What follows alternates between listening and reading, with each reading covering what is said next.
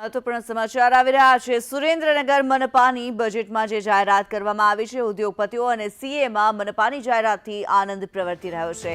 શહેરના આગેવાનો અને શહેરી જનતાની મનપાની માંગ હતી। શહેરની જનસંખ્યા અને ગ્રામ્ય વિસ્તારમાં વધારો થયો છે તેવી સ્થાનિકોની લાગણી પ્રવર્તી હતી। ત્યારે સરકારનો મનપાનો નિર્ણય આવકારદાયક હોવાનું સ્થાનિકો જણાવી રહ્યા છે। जनसंख्या में વધારો થઈ રહ્યો છે। આજુબાજુના જે ગ્રામ્ય વિસ્તારો છે એ શહેરને સાથે ભળી રહ્યા છે।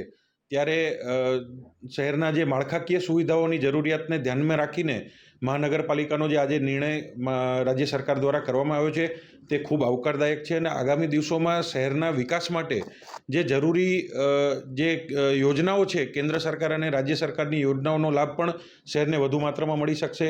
સક્ષમ અધિકારી તરીકે એક કમિશનર લેવલના આઈએએસ કક્ષાના અધિકારી પણ આ શહેરના આયોજનમાં જોડાશે।